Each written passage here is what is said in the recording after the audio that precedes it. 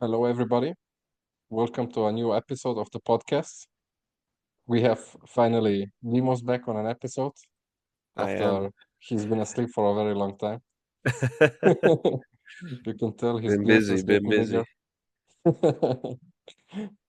And Father George is returning for us to tell us about the history of the Antiochian Church today. Welcome, Father George. Would you like to introduce yourselves again for the people who haven't seen the first episode? Sure. So I'm Father George Goodge. I'm the pastor of St. George Antiochian Orthodox Church in New Hartford, New York, which is a small town in the greater Utica area. Utica is a somewhat larger town, or a really small city in sort of the middle of New York. It's about an hour to the east of Syracuse. So we're a very old parish. We've been here in American terms. We're very old. We've been here for more than 100 years at this point, and so it's we're part of this history that I'm about to go over, but only in a very small way. Glory to God. How old is the parish? Sorry, Over Father. 100. Yeah, so the parish, we kind of give two founding dates. We're a little bit of two minds about it, because there's, on the one hand, we have a date which we have as being when St. Raphael of Brooklyn came to visit us, which was in 1913. 1913, he made a number of pastoral visits to upstate New York and Pennsylvania. And it was then that we had our first visit and our sort of grouping together, when we had sort of the community founded. And at that point, I don't have any documents with this name on it, but the oral tradition is that then we sort of were founded as the St. George Syrian Greek Orthodox Society of Utica, New York. But then it wasn't until the 1920s until we actually got a building. And so in 1922, we actually bought a building.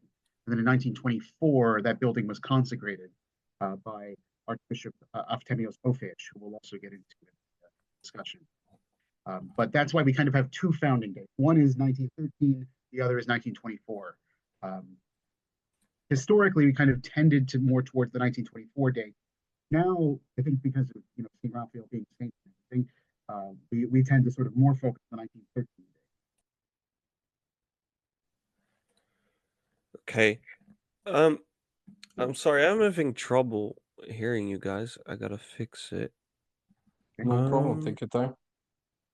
You guys can go on through. I'll try to fix it. All right. As the history is very big of the Antiochian Church, if anybody is interested in learning about it, where would you recommend them to start? Right. Well, actually, right now, there's a really interesting, it's probably too late for people to get in on this. There's a very interesting course being taught now through the Orthodox Studies Institute by Dr. Sam Noble about the history of the Patriarchate generally. So the Antiochian Patriarchate from the really early days after the Islamic conquests, and it's going to continue on through the Melkite Schism into the modern day. Now, I'm kind of laser focused here in this presentation, Antioch in America. So the Antiochian archdiocese is our jurisdiction here. And we sort of developed out of the cultural shift from Antioch into America. But I mean, really, when it comes to the beginning, you have the sound is gone, Father. Oh, has it? Okay. Unfortunately, your sound is gone. Maybe the microphone is so moved away or something. Let me see. It should be this internal microphone. Let me just check the audio setting. Yeah, it's sometimes like the audio leaves and then it comes back. Okay, hang on. Test microphone. I'm testing the microphone now. No, I can hear you very well again. Okay. Let me see if I can maybe. There we go.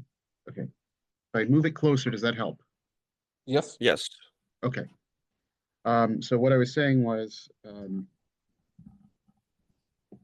if you want to start with the history of the Antiochian Church, obviously there's a general history of patriarchate way back, all way to St. Peter's Hall, and then through into the development of Antioch as the Antiochian Church as the main church of the East.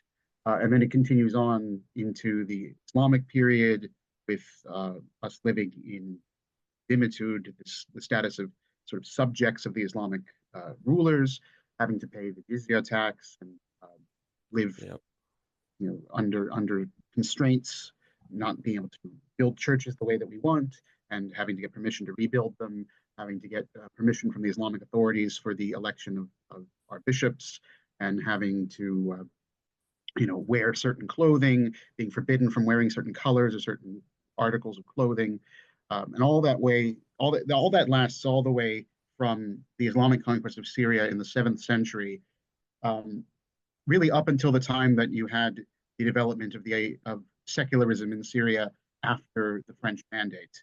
And of course, when we're talking about the start of the Antiochian Church in America, its beginnings really come during a time when we were still in Syria under that dhimmi status, because it was the time of the Ottoman Empire when large numbers of Syrian and Lebanese people began to leave Syria and Lebanon and come to America. And there was always sort of an undercurrent of religious tension in the area, especially since there was an up and coming merchant class bourgeoisie in Syria and Lebanon from merchants, from people trading, and so there were some very rich and influential Syrian Christians. That wasn't always well received by the local Muslim population. And then there was also issues of minority religions in Syria. Syria is one of the most religiously diverse countries in the Middle East and probably in the world. And so you would have a lot of sectarian strife. And one of the things that happened really shortly before the beginning of the life of St. Raphael of Brooklyn. In fact, he was alive, but he was just within his mother when this happened. There was a riot of the Druze people, who are a kind of syncretistic Gnostic kind of religion in Syria and Lebanon, and they went on this riot massacring Christians, and they would go from town to town, and they came to Damascus, started massacring the Christians in Damascus. And this was where St. Joseph of Damascus, who was the priest at the cathedral, he was martyred by this mob of Druze. St. Raphael was only born because his parents escaped Damascus and ran to Beirut before the Druze got there. And so he survived because once they had killed the priest, they were like, okay, we've killed one of the Christian clergy, we're done. And so they dispersed. And but St. Raphael, for that reason, was born not in Damascus, but in Beirut. And so in these circumstances, you can see why a lot of Syrian and Lebanese Christians would want to leave. I mean, you have the opportunity now to go to a country where there is, there's religious freedom. B, most people are Christians of some variety. And of course, in the Middle East, there was some recognition of, okay, you have the Catholics, you have the Orthodox, you have the Protestant missionaries coming in, and obviously there's distinctions, and the clergy would make points to keep people separate from the heterodox, but there was still this sort of sense of Christians versus Muslims. And so if you had the opportunity to go to a Christian country, a lot of people took that opportunity.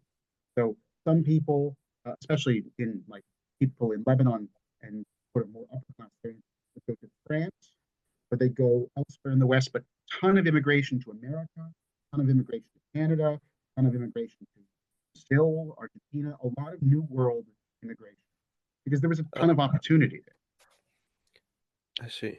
And a lot of Lebanese in Australia as well. Yes, a lot went to Australia too.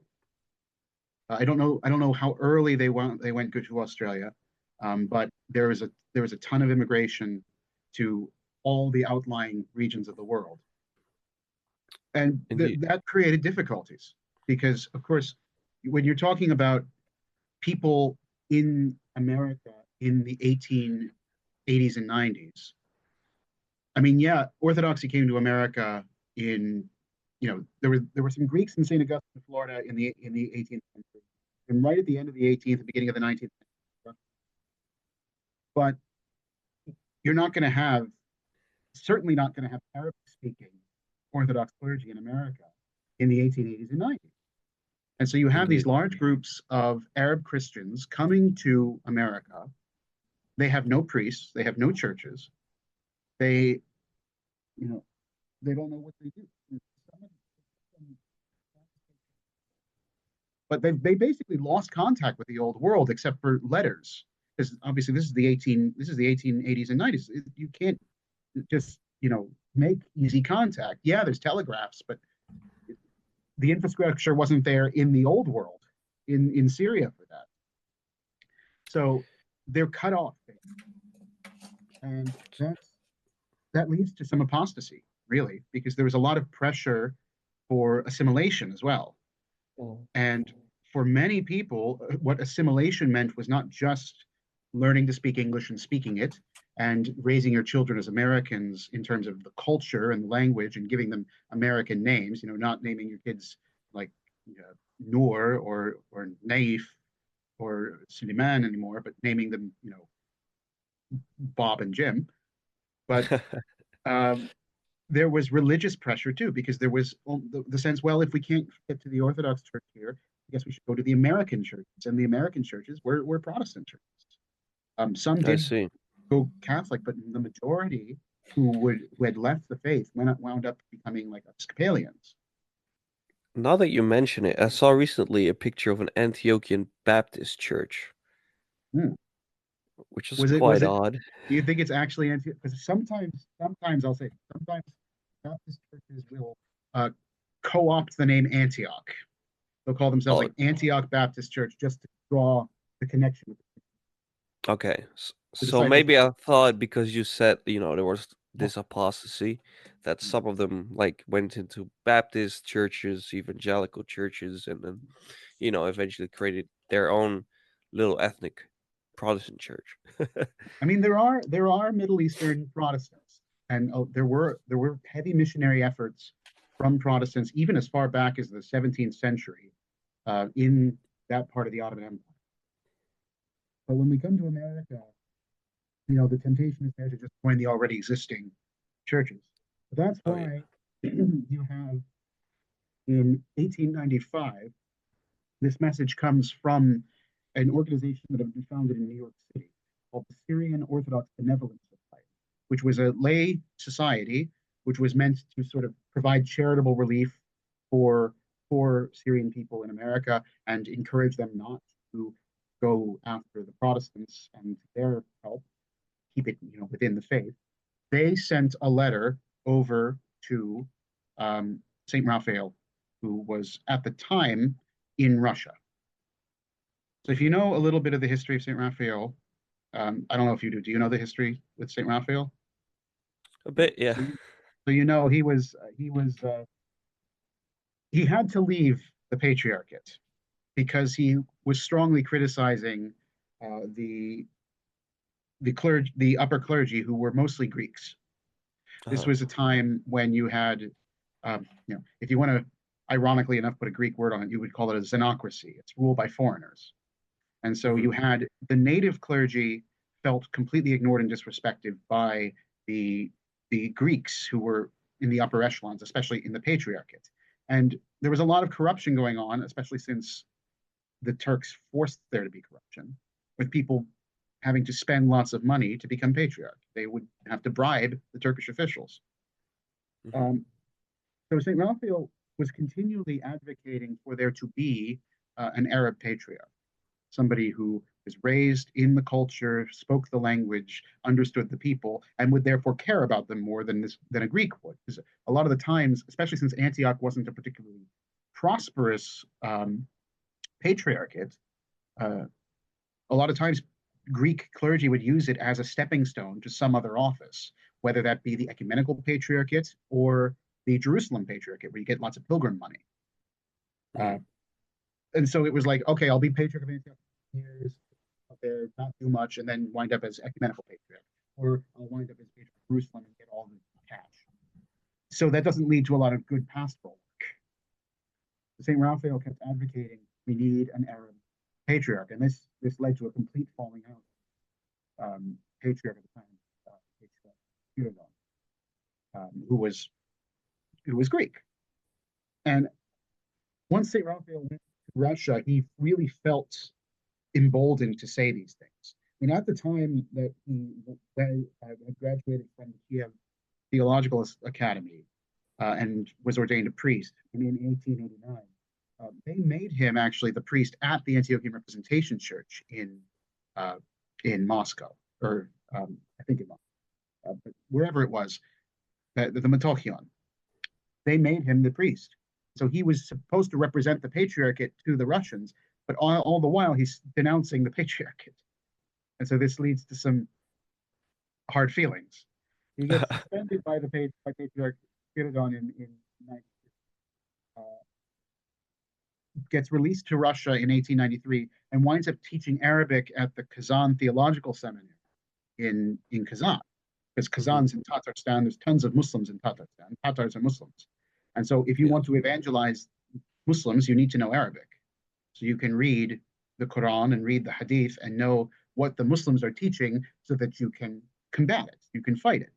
There's no way to effectively evangelize someone unless you know what they already believe. But in 1895, he gets called to New York. He asks for permission from the Russian Holy Synod. They give the license. He goes over, and he starts going all across the country, meeting with groups of Syrians, Lebanese from all, because at the time there really wasn't a sense of Lebanese as Syrian. That kind of develops after World War I. Syria was kind of a designation for the whole region. Would you call it Levantine or Levantine? Yeah, you might say that, but they would use the word Syrian. Like I have he was from Shadra in what is now Lebanon. On his immigration paperwork, it says Syria. And he always identified as Syrian. He would never have called himself Lebanese, even though the city where he was from is now in Lebanon.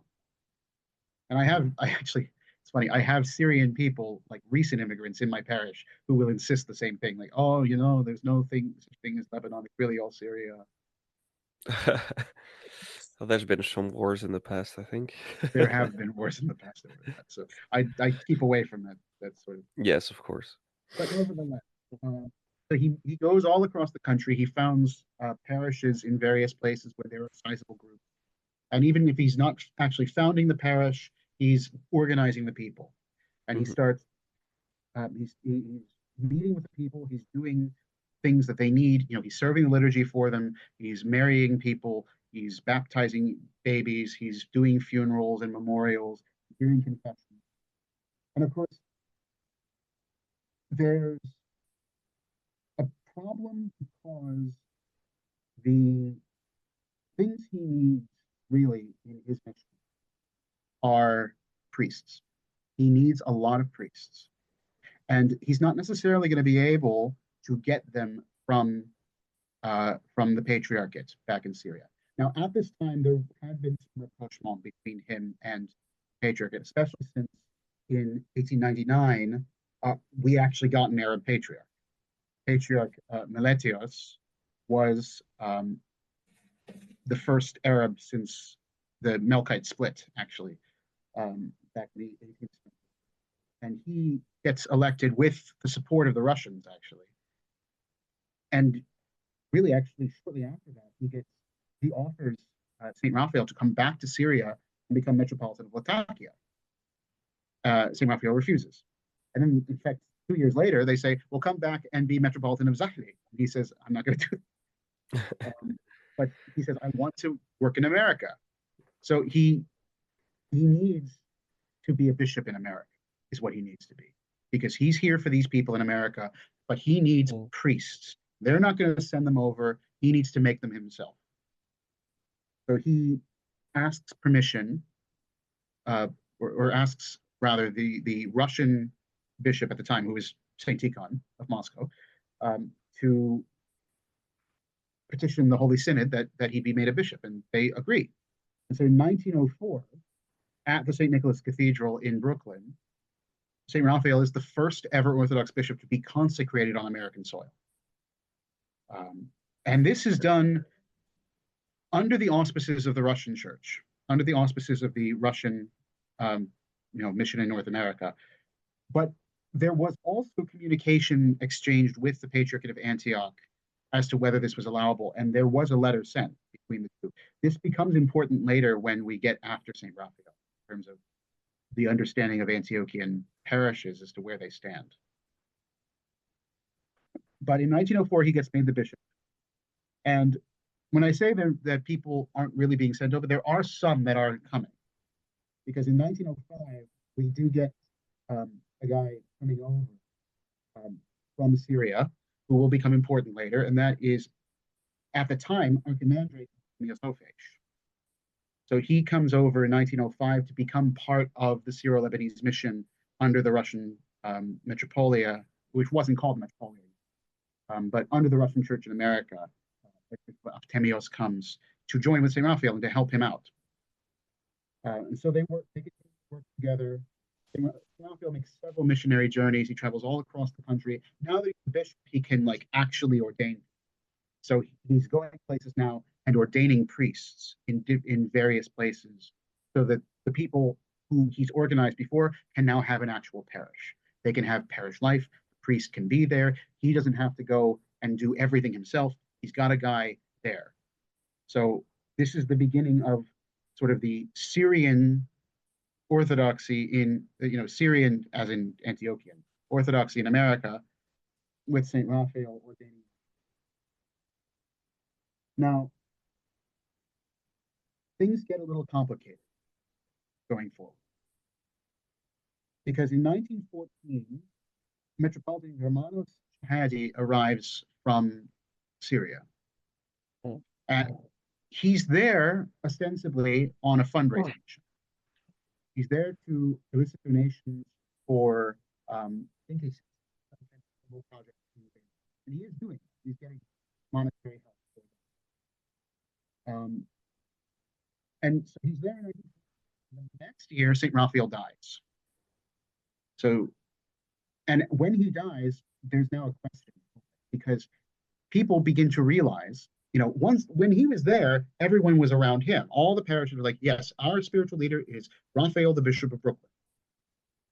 He dies, and now the question becomes, in these Antiochian parishes, or the parishes of the Syro-Lebanese mission, are we Russians or are we Antiochian? So this leads into what's known as the Russi Antiochus, which, St. Raphael dies in 1915. I think it set the real beginnings of the split in 1970. But in any event, the whole idea of this, so the words, Russi means Russian, Antiochi means Antioch. Mm-hmm. And this all comes about because of that bit of ambiguity that was surrounding whose authority St. Raphael was under. Now, it seems clear to us that he was under the Russian Church, because he was canonically released to them. Mm-hmm. But the fact that he's constantly maintaining a relationship with the Antiochian Church and being offered these offices over there, like they want him to be Metropolitan of Latakia, they want him to be Metropolitan. They want him to come back and be an auxiliary bishop. They're constantly asking him to come back. It makes it kind of odd, because it's like, well, are you in the Russian Church? Are you in? And it seems like in some places he may have sort of represented himself as being from the Patriarchate to people in the hinterlands. So there comes to be this sort of question: are we supposed to be the Russian Church, or are we supposed to be under the and Metropolitan Germanos makes this kind of a bigger issue, because he sort of starts organizing some of the parishes that don't want to be Russian into their own group, into their own little jurisdiction, claiming that he's doing so under the auspices of the Patriarchate, but actually he has no authority to do it. They didn't want him there doing that. That was not their intention. But he's going around saying, I'm here from the patriarchate, and I'm here to organize you into a patriarchal diocese. On the other hand, on the Russi side, you have Efthymios Ophir. So after St. Raphael dies, he gets picked by the Russi parish to be the guy who leads them, to be the leader of the stream. And so in 1917, he gets made a bishop. He takes over Brooklyn. And this is sort of under the auspices of Metropolitan Platon of the Russian Church in America. Now, of course, 1917, we're right at the gate to the revolution, because the revolution's happening like now. So confusion is now reigning. Yeah. But in 1923, Platon makes Efthymios archbishop, which gets rejected actually by some of the other Russian bishops abroad, because this is kind of this time where we're getting this coalescing factions that are going to wind up becoming in America the Metropolia, and in America and elsewhere Rocor. And so the Rocor aligned bishops were opposed to Platon, and they condemned this elevation, all that kind of thing. But with all the confusion going on in America, with Germanos doing his thing and Efthymios doing his thing, the patriarch takes notice, and he says, "Okay, we gotta set something, we gotta set something up, because otherwise we're gonna lose people."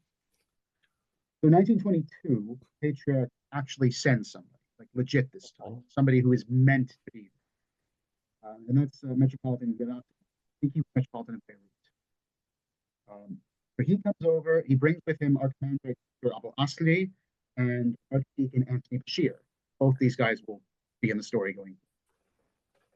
And so when he comes, he's there to organize a convention, basically. And then in 1923, he gets the convention organized. He says, here's what we're doing. We are going to found an archdiocese. Patriarch has approved this. I can show you the documents to prove it. It's not like the other guy.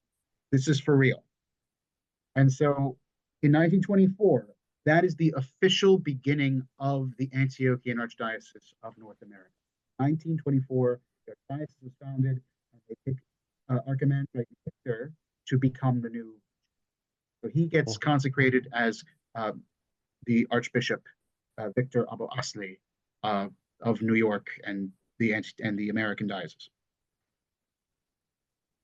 And when that happens, a lot of those parishes that had coalesced around Metropolitan Germanos, Shahadi, they come over, because they're like, okay, we've got an actual official patriarchal diocese now. We want to be protected. They came in. But the split was still there, because you still had the Russi parish, who did not, at that time, want to be part of the Antiochian Archdiocese. They loved Archbishop Efthymios. They wanted to stay on with him. Now, in 1927, Archbishop Efthymios, with the prompting and blessing of Metropolitan Platon, starts his own jurisdiction, essentially, because there was sort of this sense in the Russian, now what you could call the Metropolia, that this is for the Russians, but we need an English-speaking jurisdiction, and so Archbishop Efthymios is doing that. So he creates in 1927 a group called the American Orthodox Catholic, which he at first represents as being under the Russian Church, under the Russian Metropolia. But then in 1929, he's going around saying, no, we're not subject to them at all. We're our own Orthodox thing, which is starting to raise some hands. And there's sort of this back and forth with the Metropolia as to where these guys stand. But it's kind of persisted for a little while with Efthymios doing his thing and the Archdiocese doing its thing until 1933. Because this is where basically the entire AOCC collapses. And it's entirely because of Archbishop Efthymios. Because in 1933, he decides that he's going to break, all canonical tradition and get married and remain a bishop. And this was a huge scandal. The parish where he meets this girl and decides to marry her, I actually was at for a little while in Oh, Wilkes-Barre, Pennsylvania. And Bishop Thomas of the Mid-Atlantic Diocese, he has relatives from way back, and I think his mother was originally, and he told me that she heard the news about what Archbishop Philip did and went and told her mother, and she went and told her mother, Mama, the bishop got married, and her mother actually punished her for lying because there's no way the bishop could get married. wow. But it was true. It was Did true. he actually get married? Like, actually? Yeah, legally, Yeah, he did. he was married to a In the woman from the parish. church? I don't know if he got a priesthood marriage or what he did. I think it was a civil Oh, marriage mostly, but he continued to try to serve as a bishop after. And this oh caused my.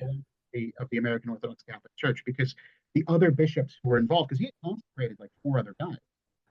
The other bishops were like, "Oh, well, he's deposed himself. Okay, well, we'll just elect this new guy to be the head." And he's like, "No, I'm not deposed. I got a revelation that we're supposed to get rid of clerical celibacy." And they were like, okay, no." And so they fell apart. And when the Uh, news spread, all these parishes that used to be routine parishes were like, "Okay, no, never mind, we're done." And they wound up joining the archdiocese. Mm. And so there was this beautiful little piece from 1933 to 1934, where with a few stragglers, there was basically Antiochian unity. We had essentially one archdiocese. So we left off in the year 1944. 34. 34. 34, yes. Yeah, 1934 was the year that Archbishop Victor Abou Asli died. And that was the beginning, unfortunately, of a second new split in the archdiocese. Because, you had that blessed time from 33 to 34 when basically all the parishes, with a few stragglers included, had come into the archdiocese under Archbishop Victor.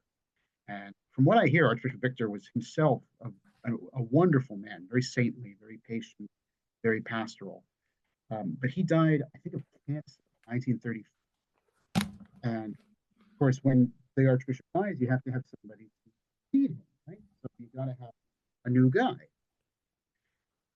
Well, in 1935, the archdiocese submits their slate of their candidates for voting, and basically people on the ground vote for this. It's kind of different from the way that things work now, but the way that they did it, they had people vote, and there were 3 candidates who they voted on. There was, and they were all archimandrites. Father Anthony Bashir, Father Samuel David, and Father Agapios Golan. When the voting was all done, the 2 leading candidates were Father Anthony and Father Samuel. Father Anthony is the one who gets the most.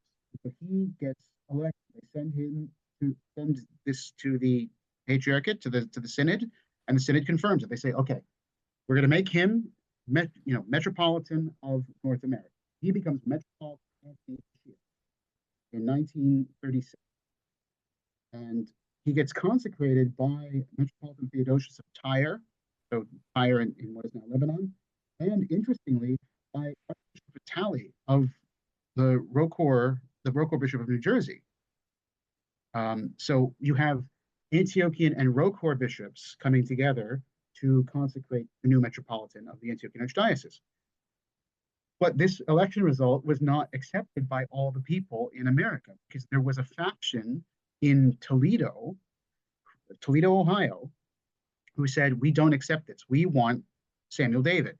And so they organized their own consecration. And they got 3 bishops from the Metropolia to consecrate Samuel David as the new, Archbishop of Toledo. But one of them was actually the future Metropolitan Leonti of the OCA, which I think this is one of the only wrong things Metropolitan Leonti ever did in his life. was to consecrate Archbishop Samuel, because there's no reason why he ought to have been consecrated. He lost the election. He shouldn't have been. But nevertheless, you wind up with the New York-Toledo split. So you have Metropolitan Anthony Bashir in New York as Archbishop of New York, Metropolitan of all North America, and Archbishop Samuel David as the Archbishop of Toledo and North America. And you have these, so you've got two separate groups. Now, at first, the synod actually sided very strongly with Metropolitan Anthony and said, okay, we're going to cut off this Samuel David. So in 1938, they excommunicate Archbishop Samuel. But then they walk that back in 1941. They bring him back in. So essentially, the synod now has created a situation where there are two official Antiochian archdioceses on the territory of North America, which is really weird.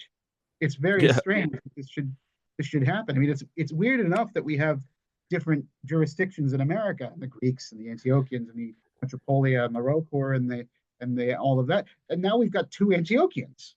We're fighting with each other. So they brought him back in 1941 and accepted him as an archbishop as well? Yes. Okay. That's quite odd. Yeah. They was just like, okay, well, we're walking back what we did in 38. And I have no idea why they did it. I just know they did it. But the interesting thing about the two groups, about the New York group versus the Toledo group, is they had a very different character.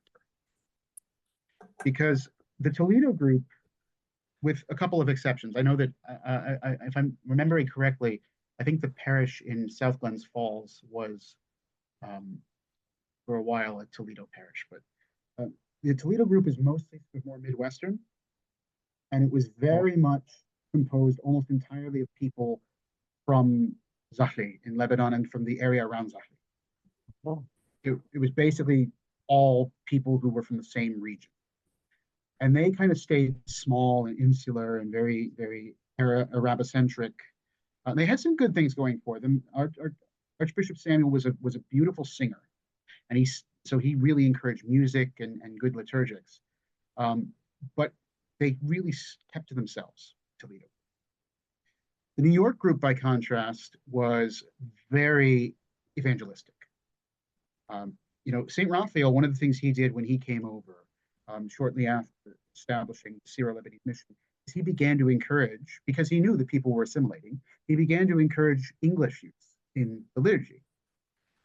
So by the time of his death, the majority of Antiochian parishes, or rather Syro-Lebanese mission parishes in America, were using either partial or full English.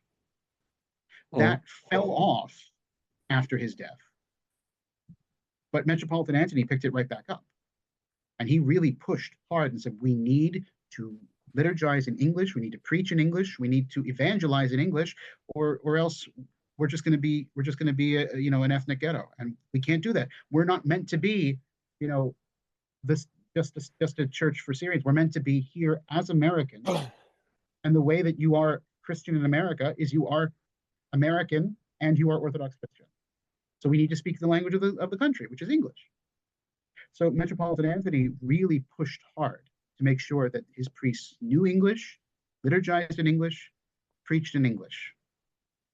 And he is the origin of one of the interesting musical choices that is often made in the archdiocese, because he felt as though, Metropolitan Anthony felt that a lot of our Byzantine music, beautiful as it was, I talked about this in the last time I was on here, as much as our Byzantine music is beautiful, ancient, robust tradition, I mean, if you're talking about the United States, Metropolitan Anthony was metropolitan from 1936 to 1966.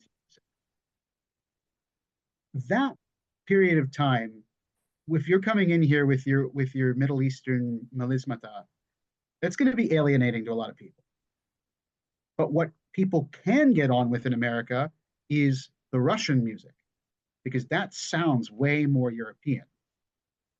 So Metropolitan Anthony basically said, okay, we're going to do not everything other than the liturgy. We can do our Byzantine chant for. We can do Orthros in liturgy, Vespers in liturgy, Orthros in Byzantine, Vespers in Byzantine.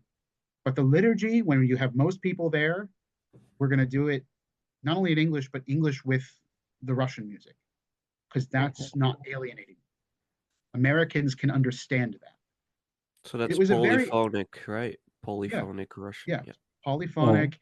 It's more tonal and less modal, and so it creates it's more European basically. It's more Western, and that would have appealed to more people in the 30s through the 60s. It's so interesting hearing all that because, like, always when I think about the Antiochian church, the first thing that comes to mind is the diversity and how many people it brought together in a church.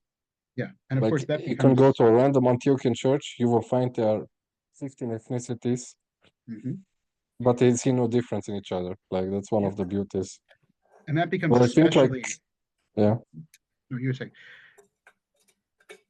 Well, I think, like, probably in America, like, the Antiochian church has the most diversity from what I've seen online, because I've never been to America. But, like, what I've Yeah, seen online, it's yeah. the most diverse place. We have a great deal, and a lot of that is down to Metropolitan Philip, and we'll talk about him because he's the guy, you know.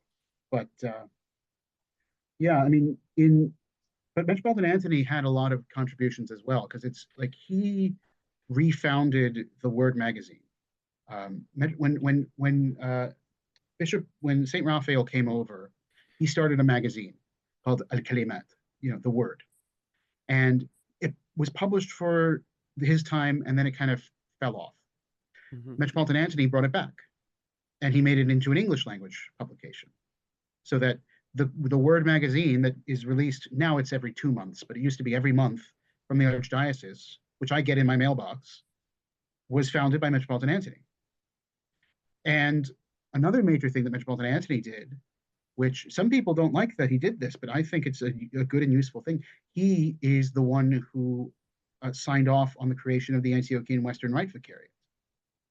So the rules and regulations governing the Antiochian Western Rite have their origin with Metropolitan Anthony. He submitted this to the synod, they approved it, he signed off on it, and it was done.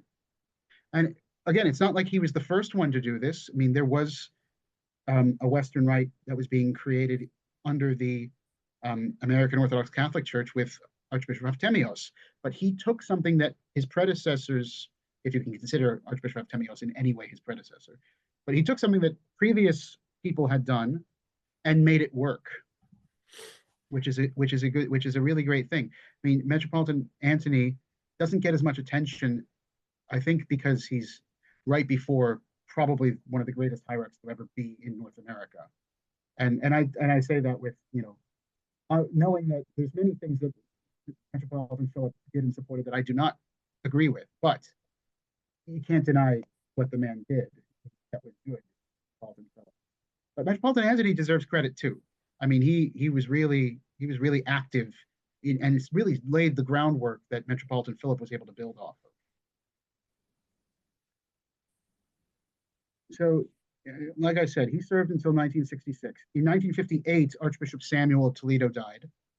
He was succeeded by Michael Shakeen. That will become important in a little bit. But 66, Metropolitan Anthony dies.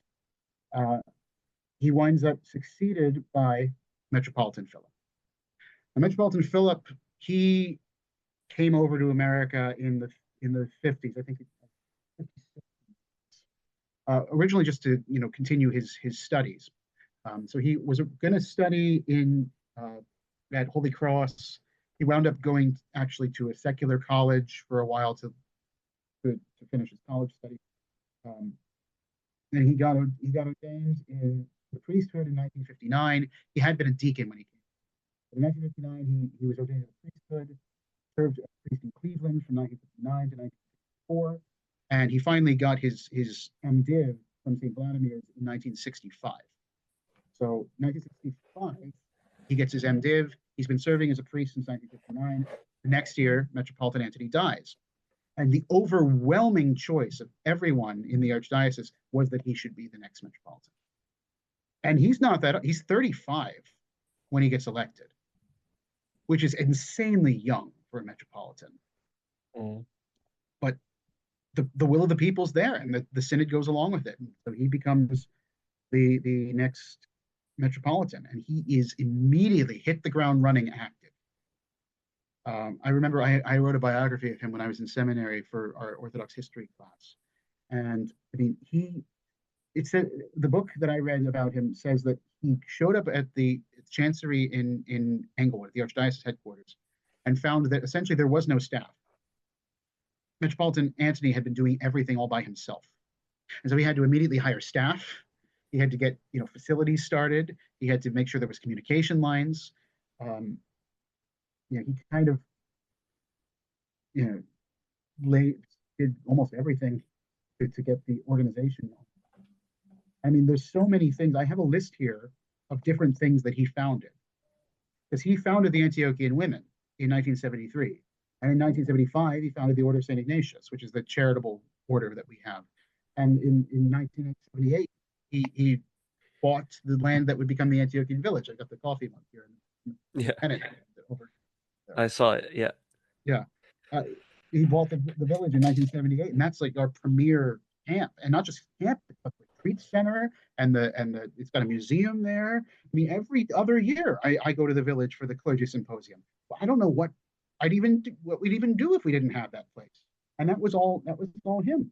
And in 1980, he starts the St. Stephen's course to train more deacons, and that's why I've recently found out the Antiochian Archdiocese in North America has the second most deacons of any American jurisdiction.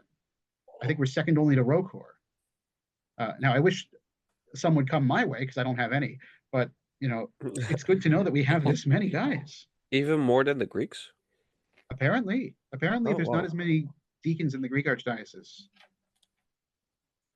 And then but in all of this, also one of the greatest things he does, there's really two. I'll say there's two. The two greatest things he does. First off, in 1975, he sits down with Archbishop Michael Shaheen, and he says, "Look, this split we've had, it's ridiculous. We shouldn't be having two jurisdictions, Antiochian in America. So let's sit down and get our board of trustees together and sluice this out. And if you want to be the head, you can be the head. I'll step down. I don't mind." And of course, Archbishop Michael was so impressed by that. He said, no, you came to me with this. You be the head. I will step down. So he does. Archbishop Michael steps down and becomes an auxiliary bishop. And Metropolitan Philip gets them all together, gets the Toledo trustees together, the New York trustees together. It's a bit rocky at first, but they wind up making it work. They submit the paperwork to each other. They work out a unified organizational structure, a unified constitution. They bring this to the synod. There is actually at first, for some reason, opposition to it from some members of the synod. But again, when I read about what happened, it basically said that when the patriarch heard these opposition, he stood up and he said, "You should be strewing roses at these men's feet because they have been peacemakers here. They're putting an end to a schism. Is that not what we want?" And so they signed off on it, and you had the unification of the archdiocese in 1975, and that was when you have now all the Antiochian parishes once again in one jurisdiction. Another thing I should mention that I think was really important when it comes to what you mentioned before with the diversity, Metropolitan Philip at some point in there changed the name of the archdiocese, because when it was Metropolitan Anthony's time, and I think for a little bit during Metropolitan Philip as well, because I think on my mother's baptismal certificate it says this. The archdiocese used to be called the Syrian Orthodox Christian Archdiocese of North America. It was like the New York group was the Syrian Orthodox Christian Archdiocese of New York and North America. That's what my mother's baptismal. Metropolitan Philip's time, it changed from Syrian Orthodox to Antiochian Orthodox. And that's an important change because there's no country called Antiochia. True. Antioch is a city. Antioch is, and barely anymore anyway. I mean, Antiochia, if you go to, first of all, it's in Turkey now. They stole it from Syria, which is a whole thing that you could go into. It's probably one of the greatest geopolitical injustices in Syrian history ever since, even possibly more than the fact that Israel took the Golan. Turkey took Alexandretta and Antioch. Well, Turkey took a lot. Yeah, he sets it up basically to say, look, we're not just a Syrian organization here. We're connected to the Patriarch of Antioch, but we're not for any one people. Which leads us into the other great and incredible thing he did in 1987, which is the reception of the Evangelical Orthodox. Do you know a little about the background of that? I don't. Not at all, actually. So during the 70s and 80s, there was a group that had been started, kind of coming out of the Campus Crusade for Christ, which had begun to investigate. It was led. I don't know if I would necessarily say that Father Peter Gilchrist was like the leader, but among the foremost men of it was Father Peter Gilchrist, who at the time was just Peter Gilchrist. But and they sat down sort of to say, all right, we want to be a church like the early church was. We want to be as the church was in the Book of Acts. So what was the early church like? Let's examine the sources and find out. And they set different guys to different things. And what they discovered, and you can watch, if you look up video, there's multiple videos of Father Peter Gilchrist talking about this. And they're really impressive because of the level of intellectual honesty they actually had. What they discovered was that the early church was hierarchical, liturgical, sacramental. And obviously they, coming out of evangelical Protestantism, they're like, well, where has this been this whole time? We have to find the church that has this. And of course, they didn't want to go with Rome because they saw all kinds of problems with the papacy. They're like, well, we better, at least start doing this stuff until we find the right church. And so they organized themselves into a hierarchical, liturgical, and sacramental group called the Evangelical Orthodox Church.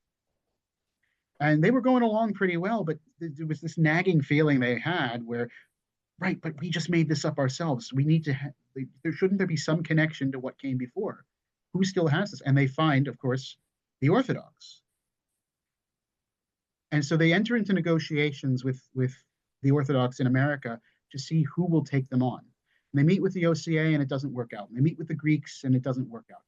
They meet with Metropolitan Philip, and he basically says, "Yeah, we'll take you. We'll have to reordain you. We'll have to baptize and reordain you, or maybe chrismate if they were already baptized. But we'll have to bring you in by the proper means, and reordain you. But we'll take you in." And he does it in 1987. And he got flack for this because he did a bunch of ordinations at once, which you're technically not supposed to do. Supposed to do one at a time. But when you're dealing with dozens of guys, what do you do? What are you going to take a month to get the whole group in? So he baptized tons of people, he chrismated tons of people, he ordained tons of people, and he brought in this huge group of people who were Protestants, but who had studied and discovered the Orthodox faith, and really started this wave. Where now, I mean, there's people who are convert priests who came out of that. There's convert priests who came out of other things. But, the statistic I've seen thrown around is that 60% of Antiochian clergy are converts. Now, I'm in the 40, but, I know a lot of 60%ers. That's amazing. And I mean, the priest in the priest in Albany, who I just saw this past week, his parents were in the Evangelical Orthodox Church. And he was just a baby when they got brought in. So he says, he likes to say that he's not cradle Orthodox, he's stroller Orthodox, because he was received as a little kid. But yeah, he comes from that Evangelical Orthodox background. Wow. And these two things, the healing of the New York-Toledo split and the Evangelical Orthodox being brought in, I think are the two greatest things in Metropolitan Philip. That's And I've amazing. listed a whole ton of things that he did. I mean, gosh. Glory to God. Yeah. Oh, So but that's comes into the to the 90s. mhm. And then an One thing I'm important curious about, when that happened, like the other jurisdictions said all no to them, but I was like thinking, he got flagged for ordaining multiple people at once. Why was Mhm. there no conversation? Okay, you take some, I take some, and so it's easier. Because like you said, it would have taken him a month or maybe 2 months to ordain everybody. I don't know. Yeah. I mean, yeah, there was resistance for whatever reason from some in the other jurisdictions. We were the Mhm. only ones who really, were gung ho about it. I mean, it came out in our favor. Mhm. Yeah. So that really did help us, and it also helped with continuing the evangelistic streak that we've always had in this archdiocese. Yeah. Because now we've got guys who have a history in evangelism from a different perspective, but now we're using their talents for orthodoxy. Mhm. Yeah, that brings us into the 90s with the extremely important event in 1992 of me being born. Very important event in the history of the Antiochian archdiocese. No, but moving on from there, Metropolitan Philip, I said he was 35 when he was brought in. He was in charge of the archdiocese huge amount of time, 1966 until 2014. Oh, Like, wow. I lived my entire life and went, into college. I got all the way through 4 years of college, in his time as Metropolitan. I was born, raised, and went to college and graduated during his time. In fact, he died so near the time that I graduated college that when I wrote my petition to go to seminary, I addressed it to him because he was still alive, and then he died a couple weeks later. Oh, wow. Did he Um, respond? Bishop Nicholas, who was the Okay. assistant at the time, responded. Okay. I did get to meet Metropolitan Philip twice. I was just a Uh-huh. kid. I got to meet Mhm. him. Um, I remember my father was with me one of those times, and he asked my father what he did, and my father's a lawyer, and so he said, "I'm an attorney." And Metropolitan Philip said, "A lawyer came to him to test him." My father was Yeah, a little jokes. offended, but I thought it was funny. It is. I think he got Uh, it. And like I said, there's some things that Metropolitan Philip was about that I didn't necessarily agree with. He didn't like cassocks, and he didn't like beards, and he didn't like long hair. Okay. Which, Yeah. For some reason in the US that happens more often. yeah, well, I think part of that is around sort of the same thing with Metropolitan Anthony and the Russian music. And it's not like this is, again, unprecedented. This goes back to St. Raphael.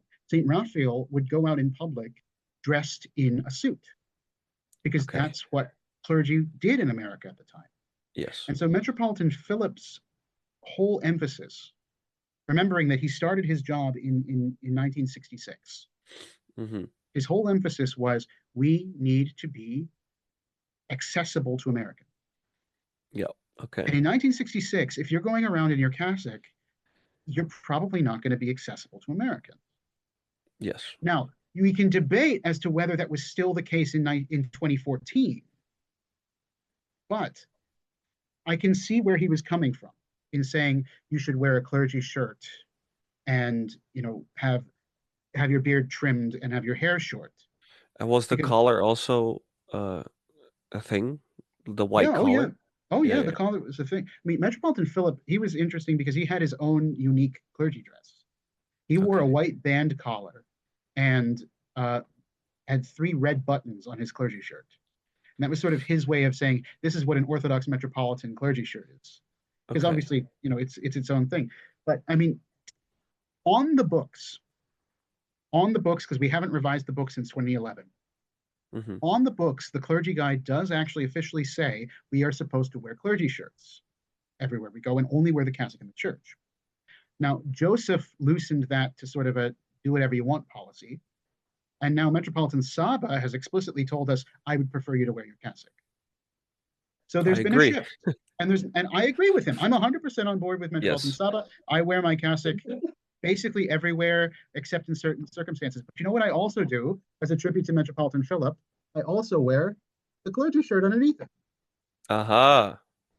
That's my little tribute to Metropolitan Philip. Because you can't, because he's such a great man. You know, I disagree with him that he should only wear the cassock, but that doesn't mean that I can't show him my little bit of obedience there. That's right. And I mean, yeah, it's that kind of thing. So yeah, didn't agree with him on everything. He kind of had an anti-monastic streak, but that was because when he was young, monasticism in Lebanon was horribly corrupt. But nevertheless, you know, cannot deny he does huge, huge things. I mean, 2003, he got the synod to grant the American archdiocese a status called self-rule, which basically meant we were free to govern ourselves, take care of our own affairs. That gets walked back later because it did lead to some conflicts between Sidna Philip and some of the diocesan bishops who are now considered auxiliaries. And there was a whole issue of transferring people and having to release someone. I won't get into all that here, but you know, he was advocating for there to be more autonomy in the Antiochian archdiocese in America. You know, essentially autonomous without the word autonomous being used.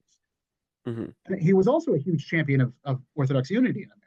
He was one of the people who was really involved in SCOBA, which was the Standing Conference of Orthodox Bishops, the predecessor of the current Episcopal Assembly. And he was one of the guys spearheading the Ligonier meeting, which was this meeting in the 90s. I don't remember what year it was in, where more or less they had kind of agreed to get on board with American Orthodox unity and try as best they could to create an autocephalous American Orthodox Church. Now that gets torpedoed almost immediately the second that the ecumenical patriarch and the patriarch of Antioch hear about it, because you know, and it makes sense why they would feel that way. And I mean, I'm completely loyal to the patriarch of Antioch, and I can see why he would not want us to be on our own right now. And honestly, if you ask me, right now we are 100,000 times further away from that kind of unity, or even being ready for that kind of unity, than they were back then. They were more prepared for it then than we are now. Yeah, I don't see it happening anytime soon either.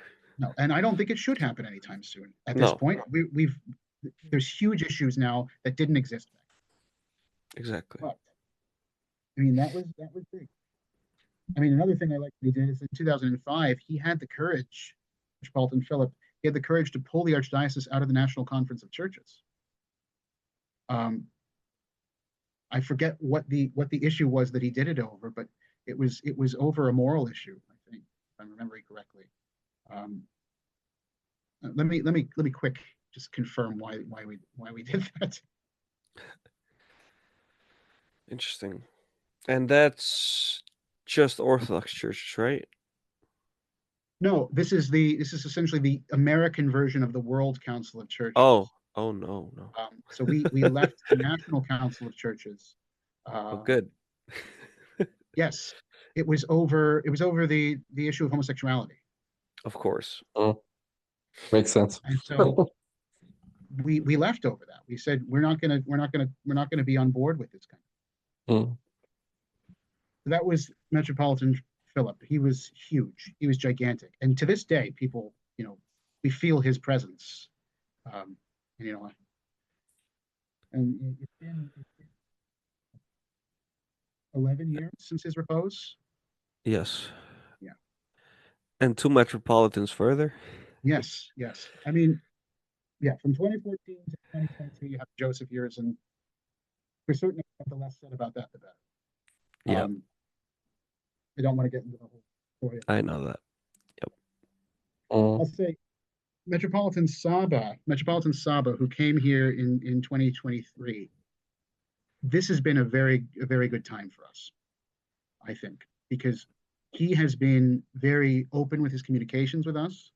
He has been trying to understand the situation on the ground, and he is also trying to foster a greater connection with the Mother Church. which I think will be helpful because it will help us to understand the situation over there and for them to understand the situation over here so that we're not talking past each other. So I'm very glad that when they elected someone to replace Joseph, they elected Metropolitan Saba. He was a great choice, and he's a very spiritual person too. He's the kind of person who loves to go to the monasteries, and now we have a monastery, thank God, in Tennessee, and hopefully it's the beginning of many others. Joseph said he wanted to do it, never got around to actually doing it. Saba said he'd do it, and he's done it. Thank God. You have one monastery in the whole of the U.S.? We had some attempts before at making monasteries, Antiochian monasteries. It didn't quite work. Now we have. There was one in Florida. Why did I think there was one in Florida? I don't think there was one in Florida. The only functioning monastery we had in the Antiochian Archdiocese was the Western Rite one in Colorado. Lady. Oh yeah, that's another thing. The Western Rite that you took under your wing. Yeah. I mean that was during Metropolitan Anthony's time, and that's big. I think it's important for not to recognize the fact that there's legitimate ways to express orthodoxy that are not the Eastern way. Oh yeah, and it's definitely easier for ex-Catholics to go into the Western Rite since they're familiar with liturgics, the vestments and stuff like that. So I think it's a very great and a good thing that the Antiochian Church took the Western Rite under its wing. Yes, and I'm happy. What I'm especially happy with our Western Rite is the ethos we have, because there's kind of two ways to go about being Western Rite, and I'd say that the one way is more associated with our Western Rite, and one way is more associated with the ROCOR Rite. Oh yes. The Antiochian way is whatever is good, even if it's post-schism, let's keep it. The ROCOR way is let's try as hard as possible to get back to the way things were before 1054. But you can't really do that without making stuff up. Okay. I see. And that's great. And whenever I hear someone that's interested in converting, I always in the US I always recommend them either the Antiochian Church or ROCOR, one of the two, whichever is closest to them, because you guys have been dealing so good with converts, and since COVID, I'm sure must have been like an insane influx of converts into the churches. Gosh, yes. Yeah, we just had our deanery meeting here in upstate New York, and I was looking over my report from last year. At this time last year, we had 8 catechumens. At this time this year, having had 7 receptions, we have 9 catechumens. Oh, glory to God. So we had 8, we brought 7 in, and now we have 9. That's good. Fill up the churches. And the internet is also contributing, of course. Like things like this that we're doing right now. It's amazing to see what kind of fruits it bears. Before the meeting stops, because it's like 1 minute or something, I just got a notification. Do you want to talk a little bit more? Then I'll create a new meeting. I mean, I don't know what we want to add. We've kind of come up to the present day. All right, no problem. Then I will do the outro now. Okay. All right. Thank you very much, Father. That was a good word for the end. So glory to God, and hopefully we will get even more and more converts. And thank you for your time. And thank you guys for watching. Please check out the links below so you can follow Father George on Instagram and all his links.